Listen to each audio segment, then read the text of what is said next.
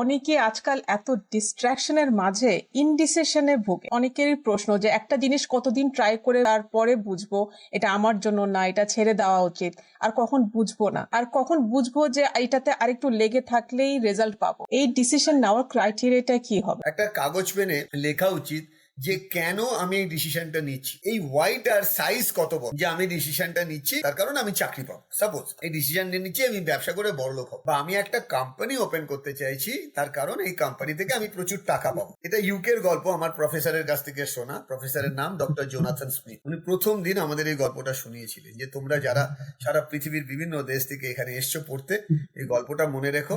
যেদিন এই ইউনিভার্সিটির বাইরে পা রাখবে রিয়েল ওয়ার্ল্ডে, এই গল্পটাই তোমাকে প্রত্যেকটা সময় ডিসিশন নিতে সাহায্য করবে। একজন ভদ্রলোকের খুব ইচ্ছা পৃথিবীর সব থেকে বড় একটা চার্চ বানাবে, কিন্তু সেই ভদ্রলোককে কেউ চেনে না।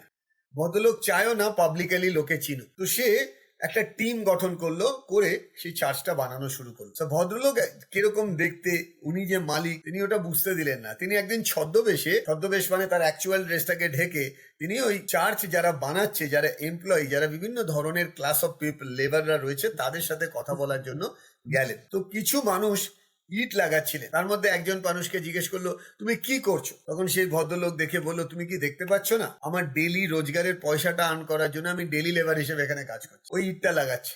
আরেকটু এগিয়ে গিয়ে আরেকজনকে জিজ্ঞেস করলো যে তুমি কি করছো? বলে আপনি দেখতে পাচ্ছেন না এখানে একটা বড় পাঁচিল তৈরি হচ্ছে, বিকজ ভেতরে কোনো একটা বিল্ডিং তৈরি হবে। বেশ কিছু দূর যাওয়ার পর সেম এমপ্লয়ি আরেকজনকে জিজ্ঞেস করলো তুমি কি করছো? সেই ভদ্রলোক ওই ভদ্রলোকের দেখে বলল, সে কি তুমি এখনো জানো না তুমি এই এরিয়ায় থাকো? এখানে পৃথিবীর সব থেকে বড় চার্চ তৈরি হচ্ছে, and I am so fortunate যে এত বড় চার্চের পাঁচিল তৈরি করার দায়িত্বে আমাকে রাখা হয়েছে। এর থেকে বড় কি হতে পারে? তিনজনেই এমপ্লয়ি। একজন কি ভাবছে, সে তার দিনের রোজগারটা পাবে, একই কাজ করে। আরেকজন ভাবছে পাঁচিল তৈরি করে। আর আরেকজন মনে এত খুশি, তার কারণ তার বড় রিজনটা তার কাছে ক্লিয়ার। তার মানে এনি ডিসিশন নেওয়ার সময় মাথায় রাখতে হবে আমি ডিসিশনটা নিয়ে কতটা বড় ভাবে, কত মানুষ, দেশ, দশের জন্য আমি কাজ করতে পারছি। যে কারণে পৃথিবীর যত বড় বড় কোম্পানি যারা যখন শুরু হয়েছিল, তারা কিন্তু এইটুকু কোম্পানি থেকে শুরু হয়েছিল, কিন্তু মিশন ভিশন কতটা বড় ছিল। ইভেন আজকে যে সফটওয়্যারের মাধ্যমে আমরা ক্লাস করছি, হাজার হাজার মাইল দূর থেকে যিনি এই সফটওয়্যারটা বানিয়েছে, আমরা যদি গুগল সার্চ করেও দেখি, তিনি কিন্তু প্রথম দিনই এত বড় ভাবতে পারেননি। তিনি শুরু করেছিলেন ছোট দিয়ে। আজকে যে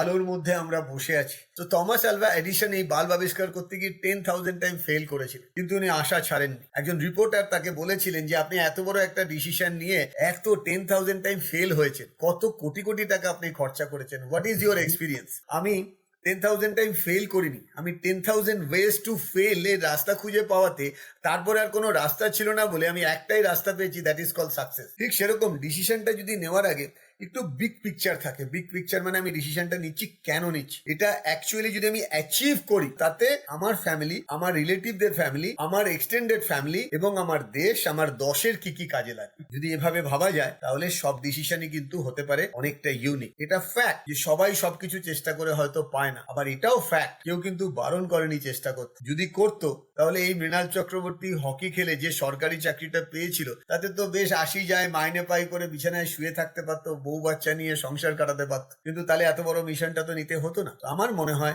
ডিসিশন নেওয়ার সময় স্ট্রং মাইন্ডসেট থাকা দরকার যে ডিসিশনটা আমি কেন নিচ্ছি, এটা নিলে, এটা করলে, অ্যাচিভ করলে প্লাস প্লাস প্লাস প্লাস কি কি হতে পারে, আর যদি আমি অ্যাচিভ না করি তাহলে কি কি ক্ষতি হতে পারে। এভাবে যদি একটু নিজেকে নিজে প্রশ্ন করে বা কোনো কোয়ালিফাইড পার্সনের সাথে বসে, এই ফিল্ডে এক্সপার্ট অনেক দিন ধরে এই কাজটা করছে, আমার মনে হয় সেটাতে অনেক আইডিয়া পাওয়া যাবে।